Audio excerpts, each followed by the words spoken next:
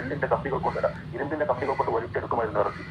മായസുദ്ധുതാതി കാന്തീനി. ഇതൊന്നും അവരുടെ ദീനിൽ നിന്ന് ഒരടി പോലും പിന്നോട്ട് നയിച്ചു. അത്രയും അവർ ഉറച്ചു നിന്നു. ആ രീതിയിൽ അവർ പരീക്ഷിക്കപ്പെട്ടിട്ട് അവർക്കൊന്നും ദീനിലൊരു ചാഞ്ചാട്ടുണ്ടായിട്ടില്ല. അവർ ഉറച്ചു നിന്നു.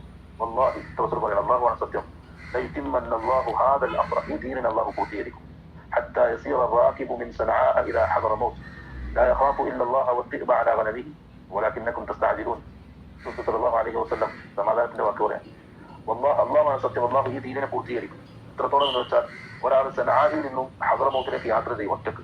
അവൻ ആരെയും പേടിക്കൂല, ഇല്ല അല്ലാഹുവിനല്ലാതെ വേറെ ആരും പേടിക്കാത്ത രീതിയിലുള്ള യാത്ര. ആ രീതിയിൽ അല്ലാഹു മുസ്ലിങ്ങൾക്ക് സൗകര്യം ചെയ്തു കൊടുക്കും. ആ രീതിയിൽ സഹായം ലഭിക്കും. ഒരു ശത്രുവിനും പേടിക്കാത്ത അവസ്ഥയിൽ നമുക്ക് ഒറ്റക്ക് യാത്ര ചെയ്യാം സനആയിൽ നിന്നും ഹദറമൗത്തിലേക്ക്. അത്രയും ദൂരം അള്ളാഹുവിനെ പേടിക്കണം.